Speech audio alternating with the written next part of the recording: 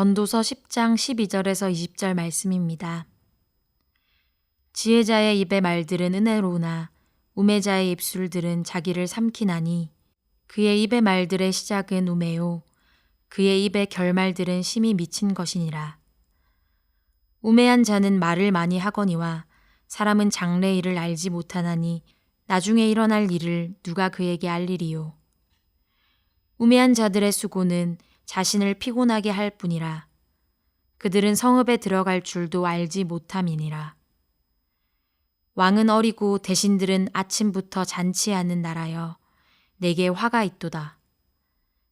왕은 귀족들의 아들이요 대신들은 취하지 아니하고 기력을 보하려고 정한 때에 먹는 나라여 내게 복이 있도다. 게으른즉 석가래가 내려앉고 손을 놓은즉 집이 새느니라. 잔치는 희락을 위하여 베푸는 것이요 포도주는 생명을 기쁘게 하는 것이나 돈은 범사에 이용되느니라. 심중에라도 왕을 저주하지 말며 심실에서라도 부자를 저주하지 말라. 공중의 새가 그 소리를 전하고 날짐승이 그 일을 전파할 것임이니라. 아멘. 네, 오늘은 전도서 10장 12절로 20절까지의 본문으로 함께 하나님 말씀 나누도록 하겠습니다. 이 전도서를 통해 우리는 한계가 많은 인생 그리고 허무하기 그지없는 세상 가운데 어떻게 살아가야 하는지 그 지혜를 우리는 배우게 되죠. 특별히 우매자, 곧 어리석은 사람과 지혜자, 곧 지혜로운 자의 삶의 비교를 통해서 우리가 어떻게 살아가야 되는지를 구체적으로 알 수 있습니다. 이 10장에서는 계속해서 이 우매자와 지혜자를 비교해서 기록하고 있어요. 그리고 심지어는 왕의 모습을 예로 들며 오늘 본문은 기록해 줍니다. 어리석은 왕의 모습과 지혜로운 왕의 모습. 그래서 우리는 오늘 본문을 통해서도 이 지혜와 우매자와 지혜자 그 삶에 있어서 무엇이 다른가 그리고 하나님이 무엇을 원하시는가를 깨닫는 귀한 시간 되기를 소망합니다. 그 안에서 12절부터 14절까지 그 영역에 있어서는 이 지혜자와 우매자에 있어서 그 차이가 무엇인가에 대한 부분을 말이라는 부분으로 나누고 있습니다. 그래서 12절을 보면 이렇게 기록되어 있죠. 지혜자의 입의 말들은 은혜로우나 우매자의 입술들은 자기를 삼키나니. 이 지혜자의 말과 우매자의 말을 비교하고 있습니다. 그래서 먼저는 이 지혜자의 말은 은혜로운 말이다 라고 이야기하고 있어요. 이는 그 말로 남에게 은혜를 끼치는 거죠. 더불어 자신도 은혜를 받는다는 의미입니다. 여기서 은혜롭다는 것, 그래서 조금 더 성경적인 다른 부분으로 표현하면 친절한 말, 경우에 합당한 말, 덕을 세우는 데 사용되는 말, 호감이 가는 말 이런 부분으로 구체화시킬 수 있을 것 같아요.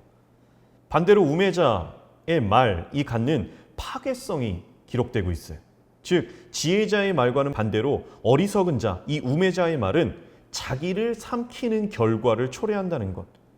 이 자기를 삼킨다, 이 삼킨다의 원어적인 뜻은요, 이 굶주린 맹수가 포획물을 개걸스럽게 먹어치우듯 없애버린다는 의미가 포함되어 있어요. 그래서 결국 지혜자의 말은 자신뿐만 아니라 타인에게 생명을 주고 은혜를 공급하는 반면 어리석은 자는 타인은 말할 나위 없고 자신마저도 곤고하게 하며 패망케 한다는 것, 자신을 삼켜버린다라고 말하고 있습니다.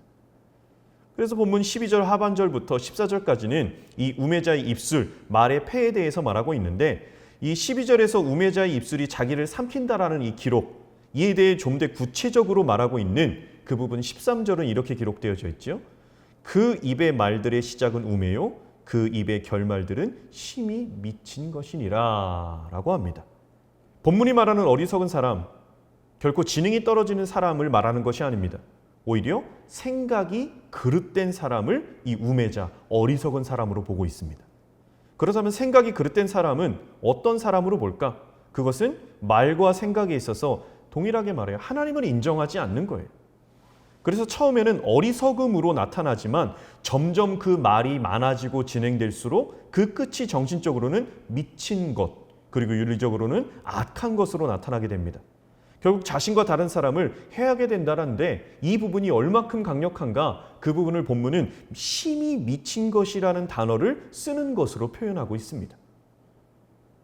원문의 의미, 이 심히 미친 것이라는 부분에 있어서는요, 미련, 광기, 악, 이것이 혼합된 단어가 이 미친 것이라는 부분이에요. 이 어리석은 자의 말이 이처럼 패단을 지니고 있는 것은 그 중심에 지혜의 근본이신 하나님이 계시지 않고 미혹, 혼돈, 그릇됨, 방탕, 미치게 하는 영인, 거짓하게 하는 영인, 사단의 영의 지배를 받기 때문이죠. 믿는 사람들은 말도 은혜로운 말을 하게 되어져 있습니다. 거룩하신 하나님을 받기 때문이에요. 하나님의 영으로 인도함을 받기 때문입니다. 그러나 그 마음에 하나님이 없고 악의 지배를 받게 되면 그 입술에 말에 악독이 가득합니다. 그래서 악하고 더러운 말들이 아무런 스스럼 없이 하게 나옵니다. 음란하고 더러운 말들을 아무런 부끄러움 없이 내뱉습니다. 악하고 거친 말, 증오와 미움이 가득한 말들 스스럼 없이 하게 된다는 것. 그래서요, 우리는 내가 하루에 살아가는 순간에 있어서 나를 살펴야 돼요. 내 입술에는 어떤 말들이 채워져서 밖으로 나가는가? 나는 은혜로운 말을 하는가? 자기를 삼키는 말을 하는가? 또한 14절에 우매자는 말을 많이 하거니와 사람은 장래일을 알지 못하니 나중에 일어날 일을 누가 그에게 알리리요? 라고 기록합니다. 사람이 시간의 한계성 안에 살아가기 때문에 이 미래에 대하여 무지함에, 당연히 무지하죠. 그렇게 무지함에도 불구하고 어리석은 사람들 이러한 사실을 말이 아니라 삶으로도 인정하지 않습니다. 마치 모든 것을 다 아는 것처럼 말을 많이 한다는 거예요. 즉 어리석은 사람들 많은 수다를 떨지만 실상은 자기 자신도 모르는 말들, 일들을 많이 말한다라는 겁니다. 많은 말을 하는 것이 당연히 지혜로운 자가 아님을 우리는 잠언서를 통해서도 그리고 전도서를 통해서도 계속해서 들어왔습니다. 필요한 건 바르게 알고 깨닫는 말을 하는 것이 중요하지요. 선한 말을 하는 것이 중요합니다. 자신의 한계를 인정하는 사람은요, 결코 교만할 수 없습니다. 이 말 그대로 겸손해질 수밖에 없어요. 하나님의 백성들, 하나님 앞에서 자신의 한계를 분명히 아는 사람입니다. 그래서 그 앞에서 겸손할 수밖에 없습니다. 하나님 앞에서 겸손하기에 그의 언어도, 우리가 하는 말도 겸손한 말이 나갈 수밖에 없다라는 거죠. 첫 번째가 우매자와 지혜자의 부분에 있어서 말의 차이를 봤어요. 두 번째는 오늘 본문에서 태도의 차이예요. 그 첫 번째 태도의 차이가 뭐냐면 15절에 나와 있습니다. 우매한 자들의 수고는 자신을 피곤하게 할 뿐이라 그들은 성읍에 들어갈 줄도 알지 못함이니라. 15절에서 어리석은 사람들의 수고에 대해서 말씀합니다. 이 어리석은 자들의 수고, 헛되고 열매가 없지요. 열심히 수고했지만 남는 것은 피곤한 뿐이다 라고 말합니다. 어리석은 자는 마치 자신이 미래의 모든 일에 대하여 알고 있는 것처럼 떠벌리고 자신 있게 일을 추진합니다. 그러나 결과는 스스로를 피곤하게 할 뿐 아무것도 없어요. 그래서 본문은 얘기해요. 성읍에 들어갈 줄도 모른다라는 거예요. 이것은 약간 좀 격언격으로 표현된 부분인데요. 성읍에 들어갈 줄도 모른다라는 건요. 이렇게 얘기할 수 있겠어요. 극히 간단한 일조차 제대로 할 줄 모르는 사람. 자기 집에, 자기 성읍에 들어가는 걸 모른대요. 그래서 간단한 일조차 제대로 할 줄 모르는 사람이거나 모든 사람들이 아는 상식조차 깨닫지 못하는 자를 이제 지칭하는 격언적 표현으로 성읍에 들어갈 줄 모르는 부분으로 이야기하고 있는 거죠. 그래서 실력이 없으면서 떠들면 그 결과는 뻔합니다. 그래서 정말 가지고 있는 자, 실력 있는 자는요, 결코 떠들지 않습니다. 요란하지 않아요. 자만하지 않아요. 그래서 오히려 스스로 부족함을 알고 자신의 실력을 키우는 데 더 애를 씁니다. 하나님 앞에서 지혜로운 자, 자신의 모든 것을 알고 자신의 모든 것, 그것을 할 수 있다고 자신하지 않습니다. 이 자신이라는 말 자체가 스스로를 신뢰한다라는 거잖아요. 세상은 말합니다. 이 자신감 가져야 된다. 할 수 있다고 외쳐야 된다. 적극적인 사고방식으로 나가야 된다. 좋은 말입니다. 그러나 하나님 앞에서 지혜로운 사람은요, 자신하지 않아요. 자신만만하지 않아요. 모든 것을 다 이룰 수 있다고 하지 않습니다. 부족함을 알고 그 부족함을 채우기 위해 최선을 다할 뿐이에요. 또 그 부족함 때문에 겸손해질 수도 있어요. 그 겸손이 더욱 발전할 수 있는 길을 열어가요. 하나님께서는 이 세상에 완벽한 사람을 만들지 않으셨습니다. 누구나 부족한 부분들이 있어요. 그래서 지혜로운 사람은 그 부족을 알고 하나님께 지혜를 구하는 거예요. 그리고 자신의 삶에 성실, 최선을 다해 나아간다라는 거죠. 그래서 이러한 부분을 16절 이하는 이런 지혜와 성실을 말하면서 왕의 비유를 들어 이야기하고 있습니다. 그래서 16절에 왕은 어리고 대신들은 아침부터 잔치하는 나라여 내게 화가 있도다. 이게 어떤 의미냐? 여기서 왕이 어리다. 이 어리다라는 것을 두 가지로 좀 생각해 볼 수 있겠어요. 하나는 말 그대로 이 신체적인 나이가 어리다라는 것으로 볼 수도 있겠고, 다른 하나는 이 정신적인 분별력이 연약하다, 약하다라는 뜻으로 볼 수도 있겠습니다. 그래서 문맥의 흐름상 통해 볼 때 이 나라의 왕이 정신적으로 성숙하지 못하고 지혜롭지 못한 것을 왕이 어리다라는 것으로 표현한 거예요. 또한 대신들이 아침부터 잔치한다라는 말, 이것은 아침부터 단순히 음식을 먹었다라는 것으로 얘기되지 않습니다. 관리들이 나라를 위해 일하고 맡은 바 업무를 감당해야 할 시간에 잔치를 벌이고 허랑방탕하고 불성실하게 지내는 것을 말하고 있는 거예요. 즉 그들 자신의 본분을 잊은 채 탐욕과 쾌락만 추구하는 모습을 비판하는 거죠. 지도자인 왕은 성숙하지도 지혜롭지도 못합니다. 신하들은 맡겨진 업무를 하지 않고 그 시간에 잔치하고 불성실하게 되면 이 나라가 망하지 않는 것이 이상한 거죠. 나라뿐만 아니라 기업, 가정 다 마찬가지일 겁니다. 그래서 내가 리더의 입장에 있다면 나는 어리석은 리더가 되지 않기 위해서 열심히 자신을 갈고 닦아야 돼요. 그래서 지혜가 부족하면 지혜를 구하고 습득해야 돼요. 끊임없이 자신을 성찰하고 리더로서 갖춰야 할 실력과 인품을 갖도록 내가 리더의 위치에 있다면 그렇게 노력해야 됩니다. 뿐만 아니라 내가 낮은 리더가 아니라 펠로워의 위치에 있다. 그 위치에 맞게 자신에게 맡겨진 일을 지혜롭게 성실하게 묵묵하게 감당해야 될 모습이 우리 안에 필요하겠죠. 16절에서 이렇게 언급한 왕에 대한 비유는 17절에 동일하게 다시 나옵니다. 왕은 귀족들의 아들들이요 대신들은 취하지 아니하고 기력을 보하려고 정한 때에 먹는 나라여 네가 복이 있도다. 완전 반대예요. 이 귀족의 아들이다라는 표현, 개인의 역량이 출중할 뿐만 아니라 정치적 배경 또한 성품 이런 것이 든든한 상태, 왕임을 나타내는 표현이에요. 온전한 지혜로운 왕임을. 바른 통치를 통해 나라를 의롭고 굳건하게 세우는 것, 바른 판단력, 윤리, 정신적으로 바르고 어떤 개인의 역량도 출중함을 말합니다. 또한 신하들이 있지요. 이 신하들은 아침부터 잔치하는 것과 달리 기력을 더하기 위해 음식을 꼭 먹어야 할 때 그 음식을 먹는다는 의미예요. 즉 자신에게 주어진 시간, 일을 잘 감당하는 이들을 말하고 있습니다.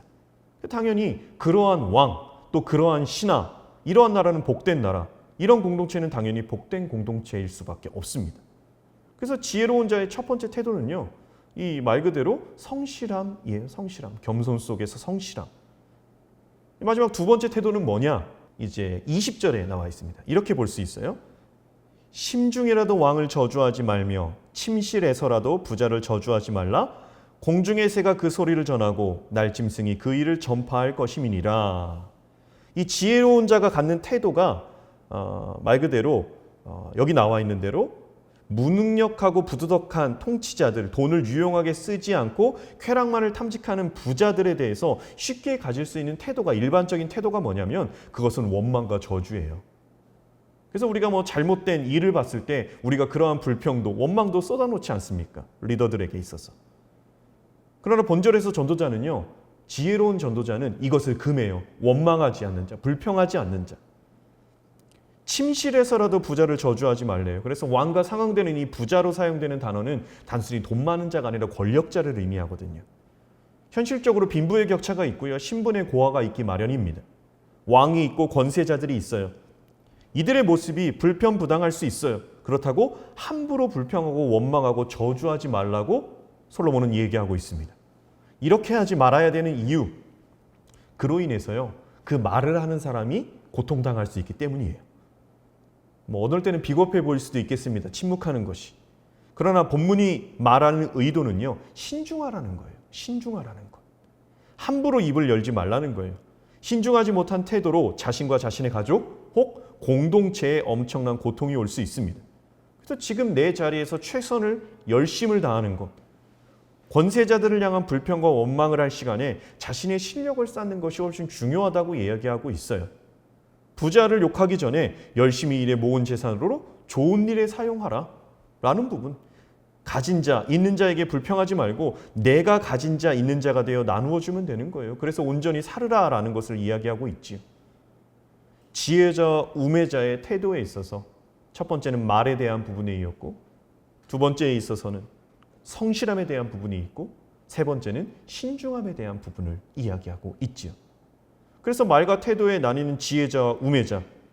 지혜자는 은혜로운 말을 한다. 어리석은 자는 지혜와 성실이 없이 입으로만 말한다. 그러나 지혜로운 사람들은 조용히 지혜와 성실로 자신의 실력을 쌓는다.